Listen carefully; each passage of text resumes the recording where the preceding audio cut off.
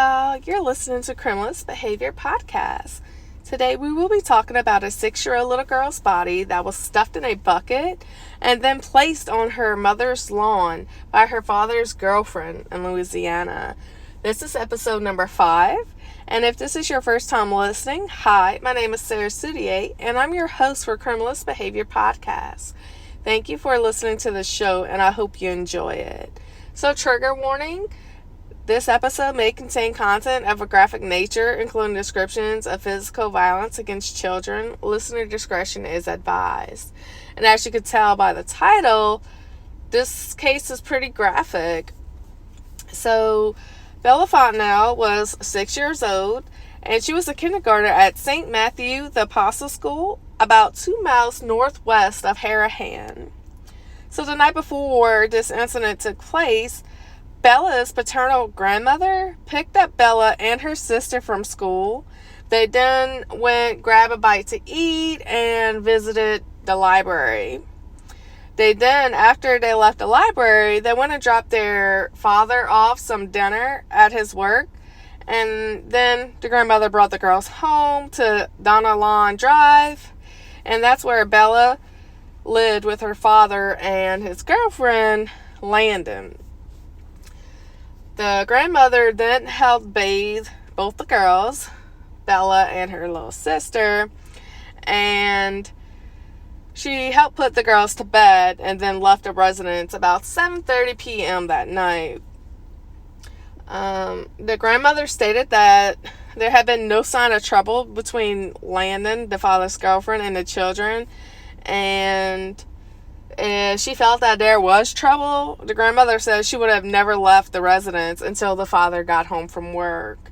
So Bella Fontenelle's parents is Jennifer Geledon and Michael Fontenelle.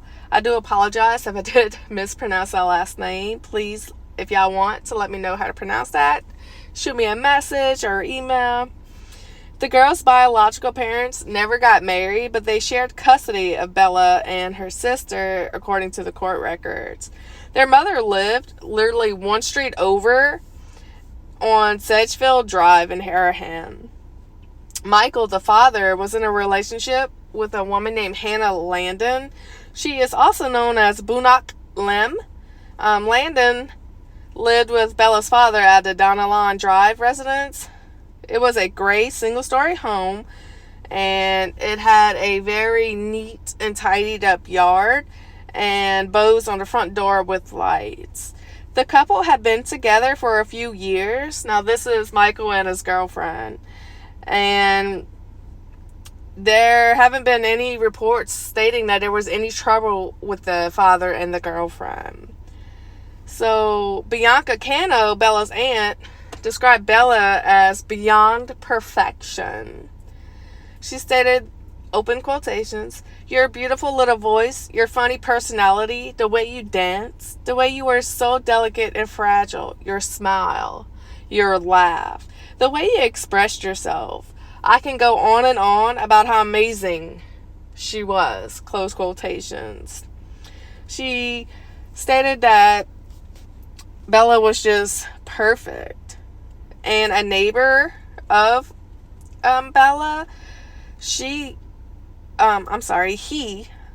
stated, his name is Steve Morris.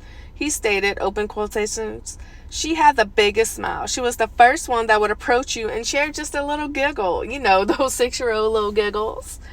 He also stated, "I would see the little girl and the older sister out in the driveway playing many times. They were riding their bikes, and the mother would sit out there and just watch them. The grandparents would sit out there with them. It was just so beautiful to watch," close quotations. So, neighbors and friends, they all described Bella as just this perfect little girl. She was an itty-bitty princess in their eyes, and she was such a sweet girl who was very friendly and just loved to play outside and with her sister. So, the morning of the incident, Bella's 7-year-old sister woke up on April 26, 2023, and She was so excited that the tooth fairy passed because she lost a tooth the day before. She wanted to share the news with Bella, and she couldn't find her. So Bella went and found her dad, asked if he knew where Bella may have been, and when her father walked in Bella's bedroom and saw the bed was empty, he just thought that she may be playing a game of hide and seek, as that's something she would normally do. Bella's dad, Michael, and the sister searched all over inside and outside of the house, and it was determined that they could not find Bella. So the frantic search for 6-year-old Bella, he then went and reported her as missing at the police station. And then I'm sorry, I'm out of breath. I do apologize. I have COVID and I'm still getting over it. This is day number 3. So I'm a little out of breath, so I'm trying to get it, but we're going to get it right. So they said they checked underneath the comforter, under the bed, inside the closet, all over, inside and outside the house. So after they couldn't find her, like I said, they went to the police department and reported Bella missing. The search for Bella ended at 7:30 a.m. Police discovered the little girl's battered body stuffed into a bloody 12-gallon chlorine bucket. It had been left a few blocks away in the front yard of her biological mother's home. How can you stuff a 6-year-old little girl in a bucket? How can you do that? That is inhumane. Oh my God. Can you imagine, y'all, this mother walking out and seeing her beautiful, beautiful little girl stuffed in a bucket full of blood on her front lawn? I can't, y'all. I just can't even imagine the feelings that would have caused. I couldn't dare imagine that. Authorities said Bella had been beaten, strangled, and then discarded in the bucket by his father's girlfriend, Hannah. Hannah Landon was 43 at this time, and Bella's death itself was not captured on a video, but there were multiple surveillance cameras mounted at homes of Bella's father and mother, as well as different residents in the neighborhood. And they literally show what happened and who did it and how the girl ended up in a bloody bucket in her mother's front lawn. At 9:30 p.m. on April 25th, 2023, it was known that a woman investigators led to believe is Landon, the father's girlfriend, exited the Donellan Drive home and retrieved a bucket from the side of the house. The woman was wearing a pink shirt, dark pants, and white boots. And y'all, these white boots look like they were kind of cowgirl boots. And I'm a boot fanatic. Y'all, I got over 200 pairs of boots, and no, it's not too many. You can never have too many boots, okay? Girl had on a pink shirt, dark pants, and some white boots. Okay. She is seen loading this bucket into a wagon. Those little Red Ryder wagons. And if you're from Louisiana, there's several types of wagons that we use. But we also use these little red wagons for little parades, because New Orleans and South Louisiana go big for Mardi Gras. And we also play with our children with that. It's just easy to tote things around. So, like I said, the woman was wearing a pink shirt, dark pants, and white boots, and loaded a bucket into a wagon. She then proceeded to pull this wagon on foot, of course, north, past a camera on Sedgefield Drive, and placed the bucket in front of the home of Bella's mother. She is seen on video camera from the father and her residence all the way up to the mother's residence the street over, and various surveillance cameras in the neighborhood pulling this wagon. And if you watch the video, she is nonchalantly pulling this wagon like no care in the world. She's just having a good old time. It is truly disturbing, her mindset. I don't understand how she could do this. So she places the bucket on the front of Bella's mom's yard. Then she returns with the wagon to the Donellan Drive house. She then leaves her house and the father's house and is seen burying an object that detectives later then found out that it was her cell phone in a yard that was a few houses away from hers. So she dropped Bella's body off at her mother's house, then went home, dropped off the wagon, and then discarded her cell phone in a neighbor's yard a few doors down. Okay, it's a little crazy. But because the phone was buried, investigators couldn't ping it while they were on the search for Landon. Landon ended up missing, and they were just trying to figure it out because whenever Bella's father, Michael, went to the police station, he reported both Bella and his girlfriend missing because none of them were able to be found. And that was very odd because normally Hannah, Michael's girlfriend, would wake him up and she would sleep on the sofa sometimes just so he could get a good night's rest whenever he got back in from work. But that wasn't this case. So after the body was recovered, they discovered that Landon used a device. I'm sorry, not the body. The body was already recovered, but after the cell phone was recovered, they discovered that Landon used that cell phone, and she literally used that to look up criminal defense attorneys just before she buried it. So she was in her right mindset. She knew she did wrong, obviously. I mean, if you didn't, man, you're in some serious stuff up in your head. But she researched for criminal defense attorneys in the area before she buried that phone. Hannah then went to the Harahan Police Department about midnight on the 26th of April 2023, and she asked to use the telephone. Harahan police officer Logan Barlow stated that she told him that she had some family issues. You think? Some family issues? Girl, you got more going on than family issues, I promise you. And she stated that she needed to go hug her mother and grandmother. Hannah then refused to give specifics about what type of family issues that she was going through. And other officers spoke with her for about 2 hours before they called the paramedics. They realized something was off with her. And she was then taken to East Jefferson General Hospital in Metairie for a mental evaluation. So the police department determined obviously something was wrong. So whenever she was at the police department, they realized that Landon, aka Hannah Landon, she was wearing the clothing that matched what was worn by the female suspect in all the videos that they were able to retrieve from both Hannah and Michael's house, several neighbors, surveillance cameras, and the mother. And detectives recovered the clothes, and she was arrested at the hospital several hours later. So the father had an alibi, right? So investigators don't believe that Bella's father was any ways involved in the murder of his child.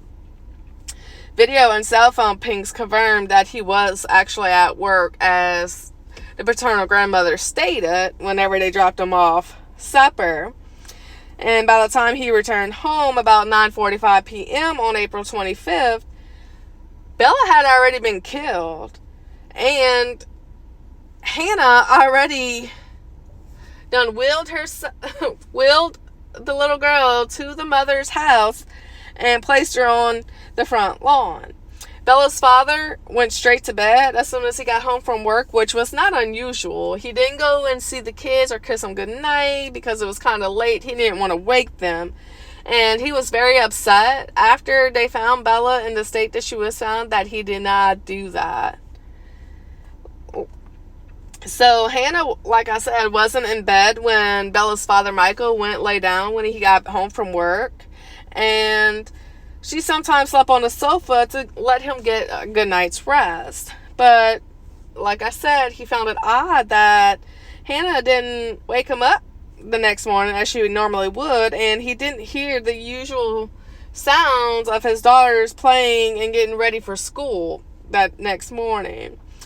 Once he realized that Bella was missing, he went to Harahan police to file that report. Harahan police officers went to the family's home on Donaldin Drive and opened a missing persons investigation right away. They also paid a visit to the home of Bella's mom, and while officers were searching, they were notified of a bloody bucket outside the home of the missing girl's mother. So it was then that Harahan Police Sergeant Jordan Bloomer stated that they learned that the blood smear near the top of the bucket belonged to Hannah Landon, who had an injury on her left hand. So it wasn't Bella's blood, it was Hannah's. Detectives also found blood evidence in the Donaldin Drive home on a kitchen counter and back patio that is still being analyzed. What? So in the process of stuffing 6-year-old Bella in this bucket, she hurt her hand and left that blood evidence on the top of that bucket. They believed that Bella was killed sometime Tuesday night before her father got in, obviously, and after her paternal grandmother left. Remember, her paternal mother left after putting the kids to bed around 7:45 that night on April 25th. So Harahan police contacted the sheriff's office for assistance with the investigation on that Wednesday morning, which is the 27th. Officers fanned out in the neighborhood. They spoke to all the residents, searching for the different surveillance cameras that might have shed some light on what happened. And that's whenever they were able to pull the pieces together. And it was from a Sedgefield Drive resident, Ken, whose camera was recording the video of the woman pulling the wagon containing a white bucket at around 9:35 p.m. So 9:35 p.m. is whenever Hannah was seen pulling this bucket on Sedgefield Drive. Now, that is the street that her mother lives on, which is the next street over from the father and Hannah. So, the grandmother left the home at 7:45 p.m. 9:35. 2 hours, a little less than 2 hours later, Bella was in this bucket and placed on the front lawn of her mother. 2 hours, y'all. I just can't. What happened in those 2 hours, especially if the babies, because at this time I still call them babies. They're 6 years old. They're toddlers, whatever you want to call them. Young little girls. What could they have possibly done? And then the fact that you only did one. It's only Bella, because the sister was perfectly fine. Tuesday, the woman is headed north on Sedgefield in the direction of Bella's mother's home. This is Hannah pulling the wagon. And Ken, the neighbor, noted that almost casually, the woman was walking down the street as if they were walking with a pet. Like I said, nonchalantly. To know, he said, that at that time she was pulling a wagon with a little girl's body in that bucket makes you physically sick. Yes. Yes, sir. It does make you sick, because I can't even think about that. I couldn't even put myself, even if it wasn't my child, just being in a neighborhood knowing that happened. I mean, that alone is just, I just can't. So after the grim discovery, the investigators were searching for Landon, and it was around 2 p.m. that she was a patient at the hospital, like I said, because she went to that sheriff's office at 12 a.m. and then they realized something was off with her, so they called an ambulance for her.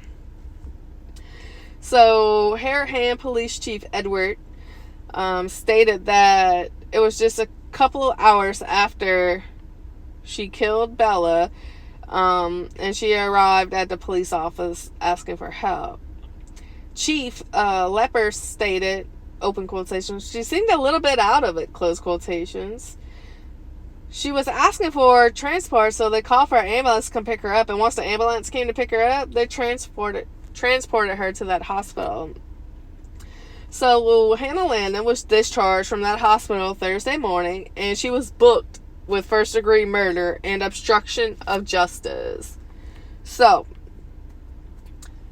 I know the story's a little all over the place, but, I mean, this woman, Hannah Landon, is all over the place, y'all. This is insane. So, she was arrested, and she was booked with first-degree murder and obstruction of justice. So, the sheriff, known as Lopinto, he declined to speculate that Hannah Landon had any mental health issues and didn't really state anything on what may have led to her killing Bella. They don't have a suspected motive. And authorities secured an arrest warrant, like I said, for Landon after she was detained at the hospital and released. She was then sent for evaluation at the police department around 1 a.m. And according to the sheriff's records, they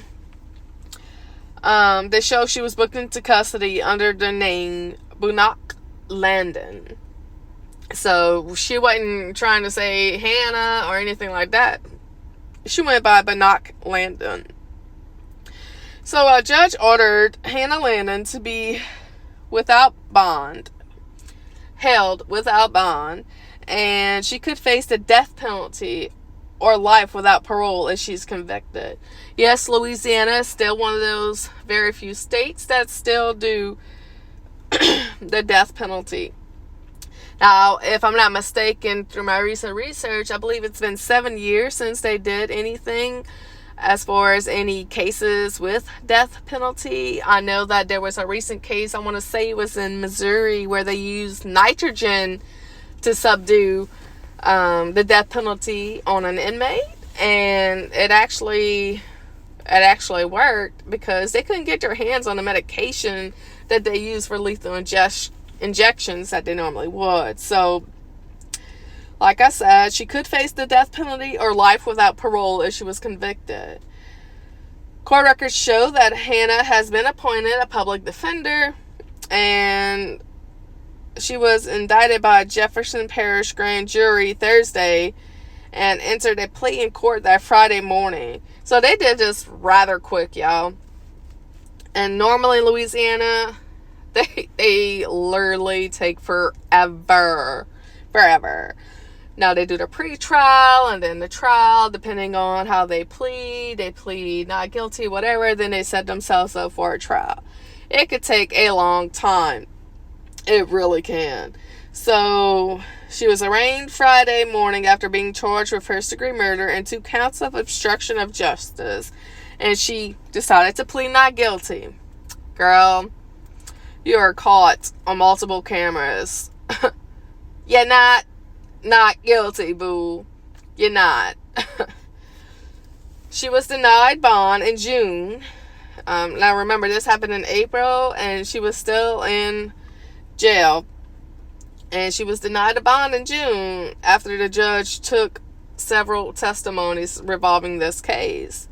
There was pre-trial hearings were set for September 25th, and she didn't have anything else to say, and the lawyer that was appointed to Hannah was Latita Jacinta Parker Davis. I do hope I pronounced that correctly.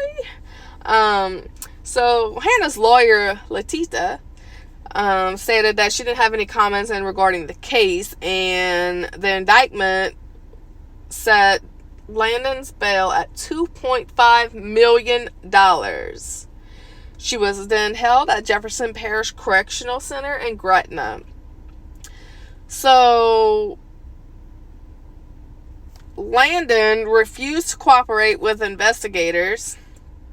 I mean, of course she did. She knows she was guilty. She can't talk her way out of that, y'all. She declined to be interviewed by anyone. So a forensic pathologist with Jefferson Parish Coroner's Officer, her name was Dana Trosclair.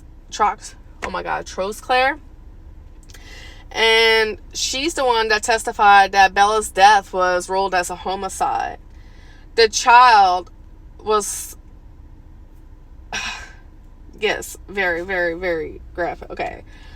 The child suffered blunt force trauma to her head and had abrasions and hemorrhaging around her neck that pointed to strangulation.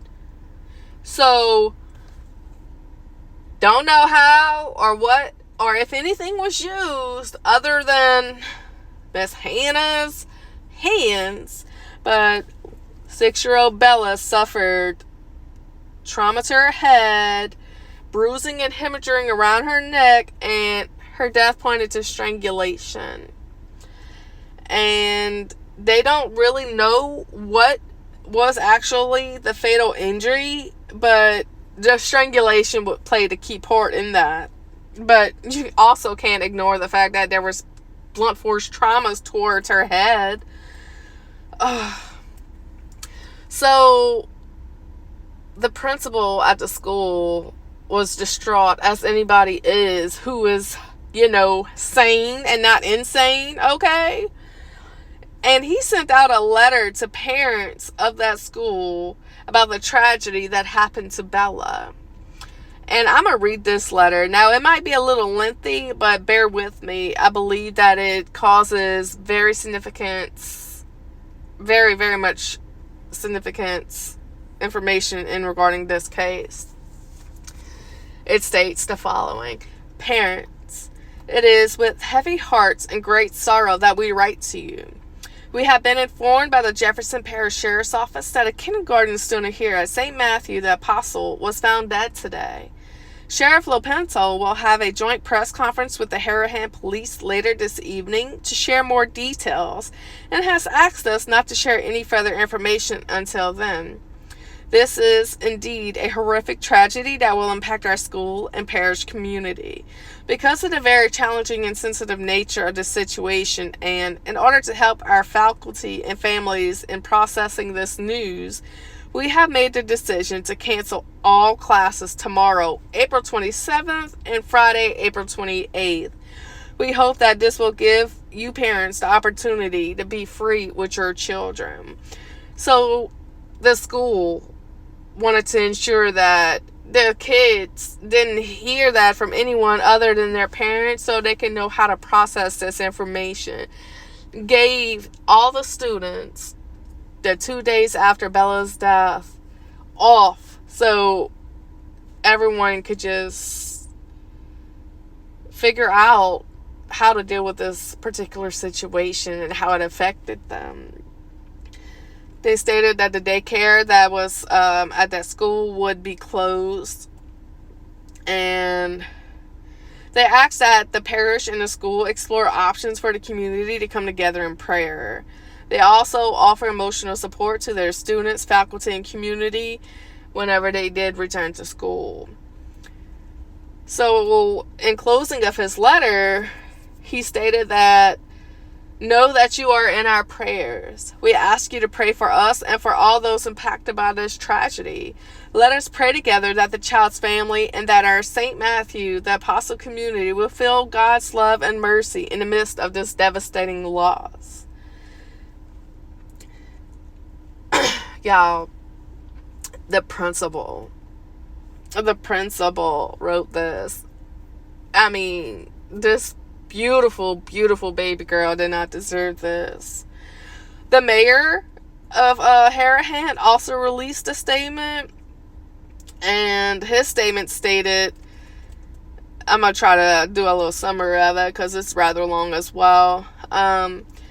His says, as many as you know, there is an ongoing police investigation involving residents of our community, one of which is a very young child. Our community prays for all those affected, and he does not have the answers to know why this happened, nor will they ever know or understand why or how this could happen.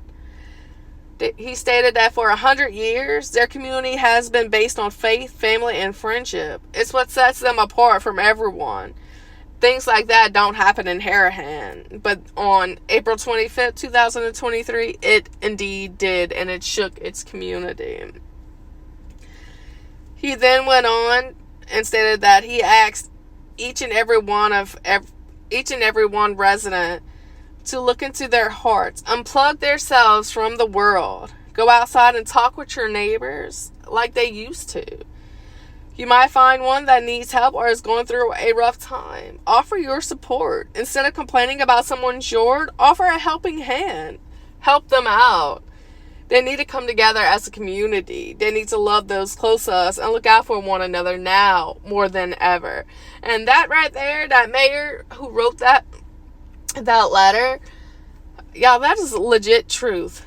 We all, especially with COVID, we all don't, I don't know about y'all, but I know I'm not close-knit with our neighbors. I could have a mass murderer living right next door to me, and guess what, y'all? I wouldn't know unless there was a card sent in the mail. We're not close like it used to be. Everybody used to be a tight-knit community. Everyone knew everyone. Like where I'm from in Chauvin,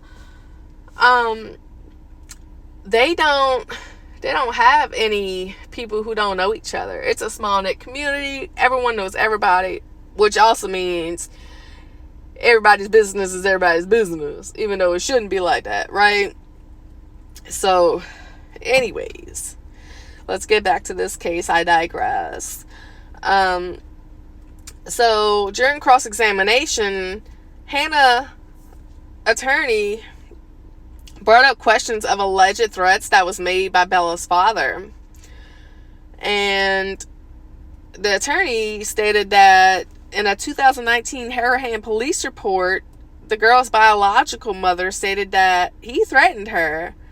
So it was stated that Michael stated, open quotations, "You're lucky to be alive. I'm going to kill you. The girls and myself." Close quotations. So this was Michael. Michael stated that to Bella's mom.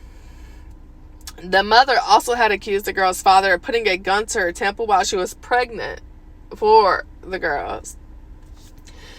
So they just trying to put the rocky past of the father in it, but like we said, there was an alibi that checked out. The father had no played part. At least that's what it appears to be.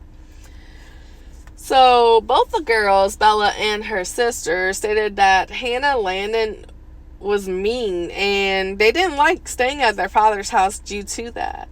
But there was never indication that she would ever harm or seriously threaten them. The court records revealed that Hannah previously been cited for a simple battery charge in connection with an encounter of Bella's mom at a country club in Harahan named Riverside. So, Jefferson Parish Criminal Commissioner Patricia Joyce, she ruled that there was probable cause to continue holding Hannah Landon on the first-degree murder charge, and she wanted to ensure that the judge denied the request to set bail for her. She stated, open quotations, "There are other family members involved, and I consider the defendant could be a danger to the community. It also appears she had limited ties to our community, and she would therefore be a flight risk." Close quotations. So the commissioner felt that Hannah Landon would be a flight risk because she didn't have anything tying her other than being the father Michael's girlfriend. She didn't have anything for her in that neighborhood. So there was former complaints that was filed before any of this took place with Bella, with an incident again with her mother where Landon was charged with that simple battery. So they didn't discuss any motives, like I said, but Hannah Landon was accused of attacking Bella's mother during a confrontation at the country club, Riverside, on June 8, 2021. So this was 2 years prior to this incident. Bella's mother had to call the police department, and she filed a report saying that Landon tried to block another relative from hugging one of her daughters during a swim meet, court records stated. And she also stated that Hannah allegedly slapped the hand of Bella's mother, grabbed her hair, and began attacking her until a bystander got involved. Bella's mother was left with scratches on her face and hand, and according to the police department, Landon was described as being extremely uncooperative, and she accused Bella's mom of attacking her first, not her attacking Bella's mom. So she also refused to identify herself to the police department. So Hannah Landon was just going crazy. She stated that Bella's aunt attacked her unprovoked, but could not produce any witnesses to corroborate her story. She also refused officers to examine her for injuries, according to that police report. So, you just making up the story, trying to get yourself out of it after you attacked her mother because a family member was hugging the little girl out of meat. Seriously? It's stupid. It's just stupid. So, Hannah Landon was given a summons for a simple battery, and there was no additional information regarding that case or what the outcome of that case led to be. But Hannah Landon, after that, then filed a temporary restraining order against Bella's mom. Because of that incident, she supposedly stated that Bella's mom attacked her first, which there was no evidence stating that that was the case. And Judge Lee Faulkner, with the 24th Judicial District Court System, denied Hannah that request for that temporary restraining order on August 5th, 2021, to make the restraining order permanent following a hearing. So, no, baby. You're not getting that restraining order because it never happened. The victim's 7-year-old sister said Hannah Landon was mean to her, and she feared living at home with her and her father, talking about Hannah. So, now I'm going to go over where we at with Miss Landon and her sentencing, right? Because we all can't wait to figure out what she's going to get. Is she going to get the death penalty? My God, the things that should happen to this woman, because that child did not deserve this.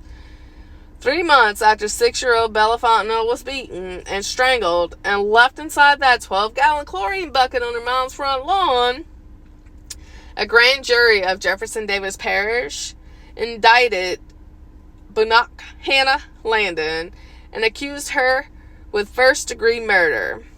Again, Hannah Landon was 43, and she was also charged with 2 counts of obstruction of justice for allegedly disposing of the little girl's body and burying her own cell phone in an effort to cover up evidence. Prosecutors are not seeking the death penalty, according to the Jefferson Parish District Attorney's Office. Y'all, why wouldn't they? I understand they're probably looking at Hannah maybe having a mental health issue, and maybe once she's on medication or whatever, get the help she needs. But Bella doesn't get that. Where's the justice for Bella? Bella doesn't get to live her full life, and Hannah's going to get to now live in a prison or a jail, for that matter, without facing the death penalty after she took a life of a girl who had such a bright life and future ahead of her? No, they shouldn't have done that. I don't agree with that. So, the neighbor who also was talking about how he's seen Bella with the family, he stated, when it happens 2 doors down from your house and you look outside and you see multiple policemen, you say, what in the world's going on here? And then he also stated, and along with other neighbors in the community, they stated that they are going to try to lean on one another to cope with the tragedy that occurred in this community. They also scheduled a prayer service that Friday, and they were having that to remember Bella. Y'all, I can't. This is just a sad case. Any death of a child, or anyone for that matter, is pretty sad. But with children, my God, it's so much worse. At least it is for me. And I can't imagine. I cannot imagine how someone's mindset could just flip like that and do that to a beautiful, beautiful baby girl that had a lot. And y'all gonna see pictures of her, and she's such a beautiful little girl. They described her right. She looked like a beautiful little princess. So you might want to know, if you're wondering, where is Hannah now? We're in the year 2024. Again, this happened April of 2023. She is now indicted on charges of first-degree murder and obstruction of justice. And she is currently under suicide watch at Jefferson Parish Correctional Center in Gretna. So she's trying to kill herself, y'all. And now they gotta spend tax dollars and money just to make sure she doesn't. Which, in a sense, I kind of agree with. Because, I mean, she's still not living the life she wants to live. But, I mean, she's obviously not getting the help she needs if she's still suicidal. So this case was very, very messed up, y'all. I hope y'all got everything that I needed to out this case. Any information. If y'all have anything else to add. If you enjoyed our show, please rate, review, like, or subscribe, or follow us. We're on all your podcast apps: Apple, Spotify, YouTube, Amazon, wherever you listen to your podcast. Be sure to come back next week for a discussion. Y'all, I'm going to take y'all back to the 1920s. The 1920s. I love antiques. And oh my God, this case is crazy too. This case is going to be the New Orleans trunk murders. Now, if y'all didn't hear of it, I will gladly love to describe that to y'all and let y'all know about that case. Until then, this is your host, Sarah Soudier. And again, don't forget to like, share, follow, or subscribe to Criminalist Behavior, a Louisiana true crime podcast. Like I said, if y'all have any tips, if y'all have any additional information, if y'all have a particular case that y'all want me to cover, shoot me an email. Criminalist Behavior podcast email is criminal, that's CRIMINAL, behavior podcast @gmail.com. Or you could message me on the Facebook page or Instagram page, however you want to do that. Leave a message or comment on the video. And thank y'all again for listening. And y'all, hug y'all children tight, because tomorrow is not promised. Till then, this is your host, Sarah, and I'm out.